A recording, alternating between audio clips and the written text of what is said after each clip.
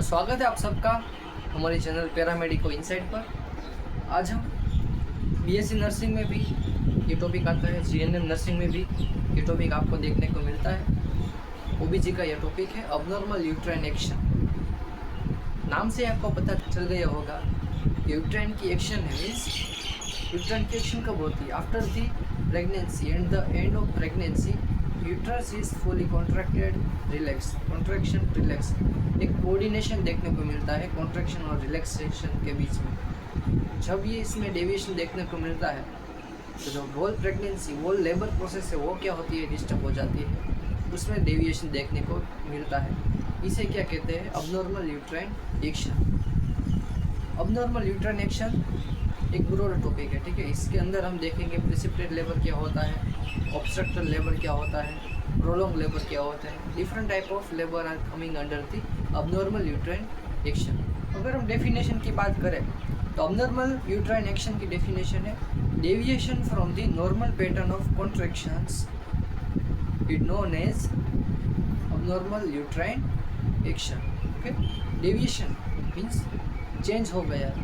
इसमें नॉर्मल जो contraction, relaxation, normal जो प्रोसेस है, नॉर्मल जो पैटर्न है उससे डेविएशन हो गया, जिसे क्या कहते हैं हम? Abnormal uterine action. इसके कई कारण देखने को मिलते हैं। या तो फिर मैटरनल जो पेल्विस है वो कॉन्ट्रैक्टेड है, मल्टीपल प्रेगनेंसीज है, अगर ट्यूमर है, अगर हाइड्रोसिफेलस है, ये सब रीजन्स है जिससे के कारण ये अबनॉर्मल यूट्राइन एक्शन देखने को मिलती है। नॉर्मली हम देखें तो बिफोर द प्रेगनेंसी और we can say during pregnancy calcium है, प्रोजेस्टेरोन है, एस्ट्रोजन है, ऑक्सीटोसिन है, प्रोस्टाग्लैंडिन है, ये सब में क्या देखने को मिलता है? एक बैलेंस देखने को मिलता है, जिससे प्रेगनेंसी एक कंटिन्यू रहती है। लेकिन अगर हम बात करें ये सब फैक्टर्स की, ये सब हार्मोन्स, ये सब केमिकल्स, ये सब मिनरल्स की, जब भी इसमें इम्बैलेंस देखने को मिलता है, ठीक है, जब भी इन सब हार्मोन्स, ये मिनरल्स में जब इम्बैलेंस देखने को मिलता है तब शुरू होता है इनिशिएशन ऑफ लेबर। और इसमें भी अब बात करते हैं अबनॉर्मल यूट्राइन एक्शन की। इसमें दो तरह के हम बात कर सकते हैं। एक तो है कोऑर्डिनेट मूवमेंट है, ठीक है। यूट्राइन एक्शन कैसी है? कोऑर्डिनेट वाली, मीन्स कॉन्ट्रैक्शन और रिलैक्सेशन के बीच में एकदम कोऑर्डिनेशन है, ठीक है। दूसरी बात करें अनकोऑर्डिनेटेड एक्शन, कॉन्ट्रैक्शन और रिलैक्सेशन, ये दोनों के बीच में कहीं भी आपको बैलेंस देखने को नहीं मिलेगा, ठीक है। या तो फिर ज़्यादा कॉन्ट्रैक्शन है या तो फिर कॉन्ट्रैक्शन बिल्कुल है ही नहीं, सिर्फ रिलैक्सेशन का ही फेज़ है। तो ये हो गया अनकोऑर्डिनेटेड यूट्राइन एक्शन, ठीक है। तो पहले हम बात करते हैं कोऑर्डिनेटेड यूट्राइन एक्शन के बारे में। तो इसमें हम दो बातें देखेंगे। एक तो है यूट्राइन हाइपर एक्टिविटी, ठीक है। क्या है? एक यूट्राइन हाइपर एक्टिविटी और एक है uterine under activity, means hyper activity. जब यूट्राइन हाइपर एक्टिव है मीन्स जब उसके कॉन्ट्रैक्शन, रिलैक्सेशन एकदम फ्रीक्वेंट आ रहा है, ठीक है, कॉन्ट्रैक्शन, रिलैक्सेशन एकदम स्पीड में आ रहा है, तब जो लेबर प्रोसेस है आप बताइए जल्दी ख़त्म होगा या फिर उसमें देर लगेगी? जब भी कॉन्ट्रैक्शन और रिलैक्सेशन एकदम स्पीड से जाएंगे तो लेबर प्रोसेस कैसी होगी? एकदम स्पीड से, ठीक है, स्पीड से बच्चा डिलीवर हो जाएगा। इसमें हम फिर से दो बात देखेंगे। चार्ट में आप देख सकते हो क्या है। जब भी ओवर एक्टिविटी की बात करें तो उसमें हम ऑब्स्ट्रक्शन देखेंगे साथ में, ठीक है। एक चीज़ है वो ओवर एक्टिव है, ठीक है, एकदम कॉन्ट्रैक्शन, रिलैक्सेशन हो रहा है, मीन्स जो बच्चा है वो बाहर जल्दी आएगा। लेकिन अगर आप समझे कि उस पैसेज में कुछ ऑब्स्ट्रक्शन है तो इससे क्या होगा? पूरा प्रोसेस है वो डेविएट हो जाएगा, ठीक है। कॉन्ट्रैक्शन, रिलैक्सेशन हो तो फुल एक्टिव फॉर्म में आ ही रहे हैं, लेकिन कुछ ना कुछ ऑब्स्ट्रक्शन बीच में है जो पूरी लेबर प्रोसेस को क्या करता है? रेजिस्ट करता है, ठीक है। तो ये ऑब्स्ट्रक्टेड लेबर हो जाएगा। ओवर एक्टिविटी वो तो है ही, लेकिन साथ ही साथ ऑब्स्ट्रक्शन भी है, ठीक है, तो वो हो जाएगा ऑब्स्ट्रक्टेड लेबर।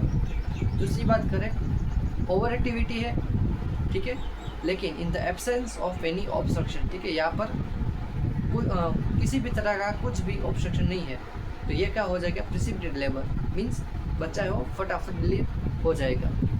तो ये कुछ मामूली बातें हैं, ठीक है। अब देखते हैं कुछ कॉमन फैक्टर्स है, कॉमन इटियोलॉजी है जिससे यूट्राइन अबनॉर्मल यूट्राइन एक्शन आपको देखने मिलेगी, ठीक है। मेटरनल कोजिस आते हैं, फीटल कोजिस आते हैं, कॉमन देख ले। तो इसमें बात है जो पेल्विक का एरिया है वो कैसा है, कॉन्ट्रैक्टेड है। इससे भी क्या होगा, अब्डोमिनल यूट्राइन एक्शन होगी, मीन्स हाइड्रोमिया से, ठीक है, पॉलीहाइड्रोमिया से। तो इससे भी कहीं ना कहीं ये यूट्राइन एक्शन में डेविएशन आता है। फिर अगर बात करें मल्टीपल प्रेगनेंसी है तो इससे भी कहीं ना कहीं चांसेस है कि यूट्राइन एक्शन है वो ऑब्जर्वर हो सके। फिर माल प्रेजेंटेशन है, ठीक है, बीच प्रेजेंटेशन है, शोल्डर प्रेजेंटेशन है, तो ये सब यूट्राइन एक्शन में कहीं ना कहीं वो अपनी पार्ट है वो अप्लाई करते हैं। तो फिजियोलॉजिकल फैक्टर्स जानने के बाद थोड़ा आगे बढ़ेंगे हम।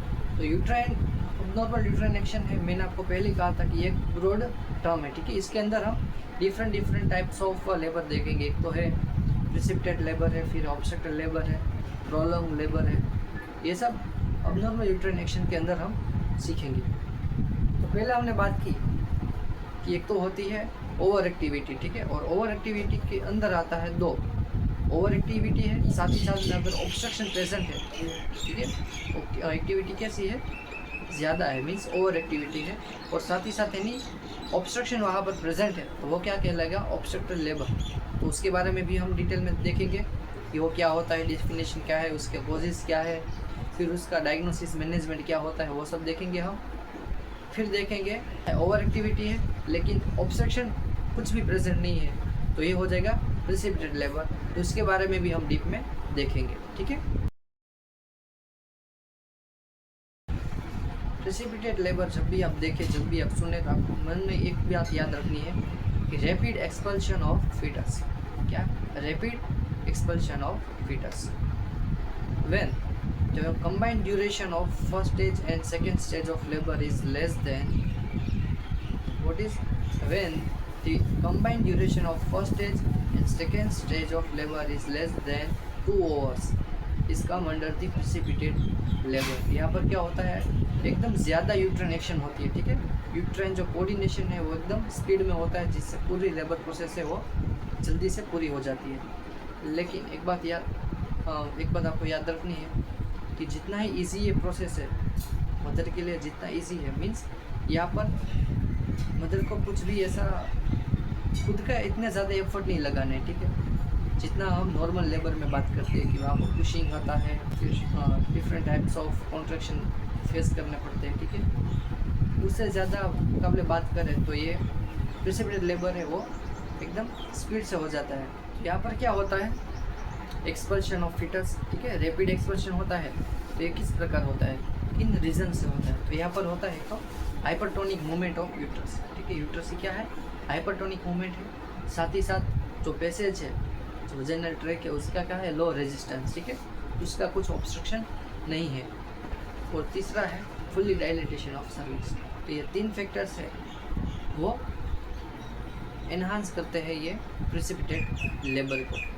अगर हम नॉर्मल लेबर की बात करते हैं तो फर्स्ट स्टेज देखें तो हम वहाँ पर क्या होता है, डिफरेंट टाइप्स ऑफ स्टेजेस देखने को मिलता है, ठीक है। फर्स्ट स्टेज के अंदर एक तो लेटेंट फेज है, फिर एक्टिव फेज है। ईच स्टेज है उसमें अपना अपना ड्यूरेशन होता है सर्विस डायलेटेशन का, ठीक है। लेटेंट की बात करें तो फर्स्ट 2 3 सेंटीमीटर का होता है, फिर एक्टिव है, ट्रांजिशनल है तो 3 to 10 सेंटीमीटर तक का ये होता है, ठीक है। डिफरेंट ड्यूरेशन होता है, सब ड्यूरेशन, ठीक है, सर्विस डायलेटेशन। लेकिन यहाँ पर हम बात करें प्रिसिपिटेट लेबर की तो 5 सेंटीमीटर डायलेटेशन, ध्यान रखना, 5 सेंटीमीटर डायलेटेशन पर ओवर, मीन्स 1 ओवर में 5 सेंटीमीटर डायलेटेशन होता है, तो 2 ओवर में 10 सेंटीमीटर, ठीक है। 2 घंटे में ही 10 सेंटीमीटर डायलेटेशन हो जाता है और फीटस और बेबी है डिलीवर हो जाता है, ठीक है। अब जितना हमने बात की कि रैपिड एक्सपल्शन ऑफ फीटस, उसका कुछ ना कुछ इम्पेक्ट भी देखने को मिलता है, ठीक है, कुछ ना कुछ इफेक्ट देखने को मिलता है मैटरनल मदर को भी और बच्चे को भी। अब देखेंगे व्हाट इज़ द रिस्क, क्या क्या रिस्क होने के चांसेस है। तो मदर में एक चांसेस है कि लेसरेशन और टीयर हो सके, ठीक है, क्योंकि यहाँ पर क्या होता है कि ड्यूरेशन है वो कम है, ठीक है, ड्यूरेशन क्या है, कम है, रैपिड एक्सपल्शन हो रहा है, तो यहाँ पर हम एपिज़ोटोमी नहीं कर सकते। इसी दौरान लेसरेशन देखने को मिलता है, टीयर देखने को मिलता है सर्विक्स, वजाइना और पेरिनियम एरिया में। फिर इन्फेक्शन के चांसेस बढ़ जाते हैं, पोस्टमार्टम हेमरेज के भी चांसेस बढ़ जाते हैं। फिर साथ ही साथ यहाँ पर आपको रप्चर ऑफ यूट्रस भी देखने को मिलता है। अगर हम फीटस की बात करें तो फीटस हाइपोक्सिया देखने को मिलता है। फिर इंट्राक्रैनियल हेमरेज भी आपको यहाँ पर देखने को मिलता है। साथ ही साथ यहाँ पर कोड ब्लीडिंग भी देखने को मिल सकता है, ठीक है। तो क्लिनिकल फीचर्स की बात करें तो यहाँ पर क्या होगा, एकदम अबनॉर्मल है, ठीक है। कॉन्ट्रैक्शन क्या है, एकदम स्पीड में है, तो जितने स्पीड में कॉन्ट्रैक्शन होगी उतना ही ज़्यादा पेन होगा। तो इंटेंसिव एकदम एक्सेसिव पेन है। डायफोरेसिस स्वेटिंग देखने को मिलता है, रेस्टलेसनेस भी देखने को मिलता है। फिर मीडियम एकदम इरिटेशन देखने को मिलता है। बीपी एकदम हाई हो जाता है, ठीक है। पल्स रेट भी एकदम टेकिकार्डिया हो जाता है। रेस्पिरेशन में भी डिफ़िकल्टी देखने को आपको मिल सकती है। चलिए अब देख लेते हैं what is a management of respiratory labour. तो नॉर्मल मैनेजमेंट की बात करें, पहला तो है मेंटल मदर की कंडीशन कोशिश करना, ठीक है। सर्विस डायलेटेशन कितना है वो सब देखना है। वजाइनल एग्जामिनेशन देखना है, प्रेजेंटली पार्ट कौन सा है, ये सब हम पहले असिस करेंगे। अगर ऑक्सीटोसिन जा रही है तो उसको हम सडन स्टॉप कर देंगे, ठीक है। फिर हम टोकोलाइटिक एजेंट से टर्बुटालिन सबक्यूटेनियस वो हम एडमिनिस्टर कर सकते हैं। स्टरल एनवायरनमेंट प्रोवाइड कर सकते हैं, कंफर्टेबल एनवायरनमेंट, काम पोजीशन वो सब प्रोवाइड करेंगे, ठीक है। अगर हम ड्यूरिंग लेबर की बात करें, ठीक है, लेबर प्रोसेस की, तो don't prevent the birth of baby. एक सिंपल एग्जांपल है, अगर बंदूक से गोली निकल गई है, ठीक है, बंदूक से गोली निकल गई है तो उसको तो हम रोक नहीं सकते, ठीक है, उसको जाने देना है। मीन्स अगर लेबर प्रोसेस स्टार्ट हो चुका है या होने वाला है तो उसको होने देना है, ठीक है। उसमें कुछ प्रिवेंशन आपको करना नहीं है। साथ ही साथ आपको स्टराइल एनवायरनमेंट प्रोवाइड करना है। आपको सिजेरियन सेक्शन के लिए भी तैयार रहना है, क्योंकि ड्यूरिंग लेबर प्रोसेस कुछ भी कॉम्प्लिकेशन हो सकती है, ठीक है। उसके लिए भी आपको तैयार रखना है, ठीक है। एपिजियोटोमी के लिए भी आपको साथ ही साथ प्रिपेयर रहना है, ठीक है। ये सब नॉर्मल मैनेजमेंट की बात हो गई। तो चलिए यहाँ पर हम यूट्राइन अबनॉर्मल यूट्राइन एक्शन के अंदर पहला प्रेसिपिटेट लेबर था वो कंप्लीट कर दिया है, ठीक है। ऑब्स्ट्रक्टेड लेबर, ठीक है। प्रेसिपिटेट लेबर में क्या था, ओवर एक्टिविटी थी, ऑब्स्ट्रक्शन प्रेजेंट नहीं था, इसलिए बच्चा फटाफट डिलीवर हो गया। अब देखेंगे ओवर एक्टिविटी तो है, ठीक है। यूट्राइन एक्शन कैसा है, fully contracted, relaxation, contraction, relaxation, एकदम ओवर एक्टिविटी है, ठीक है। लेकिन साथ ही साथ वहाँ पर कुछ ना कुछ ऑब्स्ट्रक्शन है, जो फीटस की जो डाउनवर्ड मूवमेंट है उसको क्या करता है, रेजिस्ट करता है, ठीक है। So obstruction labour, it is a failure of fetus to descend adequately. There is a arrest into the descent movement of fetus due to any mechanical obstruction, ठीक है। ये कहलाएगा हमारा ऑब्स्ट्रक्टेड लेबर। यहाँ पर आपको एक बात ध्यान रखनी है कि कॉन्ट्रैक्शन मीन्स जो यूट्रस है, ठीक है, वो हाइपर एक्टिवेट है, ठीक है। यूट्रस कैसा है, एकदम हाइपर एक्टिवेट है, लेकिन कुछ ना कुछ ऑब्स्ट्रक्शन के कारण ये जो प्रोसेस है पूरी लेबर की वो क्या हो रही है, स्लो हो रही है, ठीक है। इनली किस रीज़न से होता है, तो हम बात करें तो सर्विक्स है, ठीक है, वो डायलेट नहीं है, ठीक है। Failure of cervix to dilate. Second, failure of foetus to descend into the birth canal. और तीसरा बात करें तो any abnormality into the birth canal, contracted pelvic से। तो ये सब कुछ रीज़न है, ये सब ऑब्स्ट्रक्टेड लेबर होने के लिए, ठीक है। फिर हम बात करें इटियोलॉजी। तो चलिए इटियोलॉजी है क्लिनिकल फीचर्स से, उसके कौन से इफेक्ट या रिस्क देखने को मिलते हैं मदर में और फीटस में, ये सब हम चलिए एक साइड में देख लेते हैं। तो चलिए पहले शुरू करेंगे हम what is aetiological factors that are responsible to cause the obstructed labour, ठीक है। तो ये जो पूरा पैराग्राफ है, ठीक है, ये पूरा जो डायग्राम है वो शायद विजिबल नहीं होगा, इसलिए हम क्रॉप करके आपको दिखा देते हैं, ठीक है, और समझा देते हैं क्या क्या होता है। तो आपको सिंपली याद रहे, ठीक है, इसलिए ये जो फैक्टर्स है, ठीक है, वो दो पार्ट में डिवाइड किए हुए हैं, ठीक है। एक है मैटरनल कंडीशंस और एक है फीटल कंडीशंस। तो पहले हम मैटरनल कंडीशंस देख लेते हैं। ये कौन कौन से मैटरनल ऐसी कंडीशन है जिसके कारण जो लेबर है वो ऑब्स्ट्रक्ट होता है, ठीक है। तो पहला है कॉन्ट्रैक्टेड पेल्विस। तो ठीक है, पेल्विक अगर कॉन्ट्रैक्ट होगा, ठीक है, तो जो लेबर मूवमेंट है, ठीक है, कॉन्ट्रैक्शन तो होगा लेकिन कुछ ना कुछ वो रेजिस्ट करेगा, ठीक है, मूवमेंट को। फिर डिफॉर्मिटी ऑफ पेल्विस, अगर पेल्विस में कुछ स्ट्रक्चरल डिफॉर्मिटी है, ठीक है, तो उससे भी ये ऑब्स्ट्रक्टेड लेबर होगा। फिर एनी ट्यूमर है, ठीक है, tumour means any problem in vaginal track और एनी पैसेज ऑफ वजाइना, ठीक है, तो ट्यूमर भी कहलाएगा आपका ऑब्स्ट्रक्टेड लेबर का कोज। फिर ट्यूमर ऑफ एनी रेक्टम और ब्लेडर। तो रेक्टम और ब्लेडर आप जानते ही है कि वजाइनल ट्रैक के आगे की तरफ और पीछे की तरफ ये दोनों ऑर्गन रहते हैं, ठीक है। इसलिए अगर उसमें कुछ डिफॉर्मिटी होगी, ट्यूमर्स होगा, तो वो भी एक जो यूट्रस है, ठीक है, उसको कॉन्ट्रैक्टेड करवाएगा और ऑब्स्ट्रक्टेड लेबर होगा, ठीक है। फिर ट्यूमर्स ऑफ पेल्विक बोन्स है। फिर स्टीनोसिस मीन्स नैरोइंग।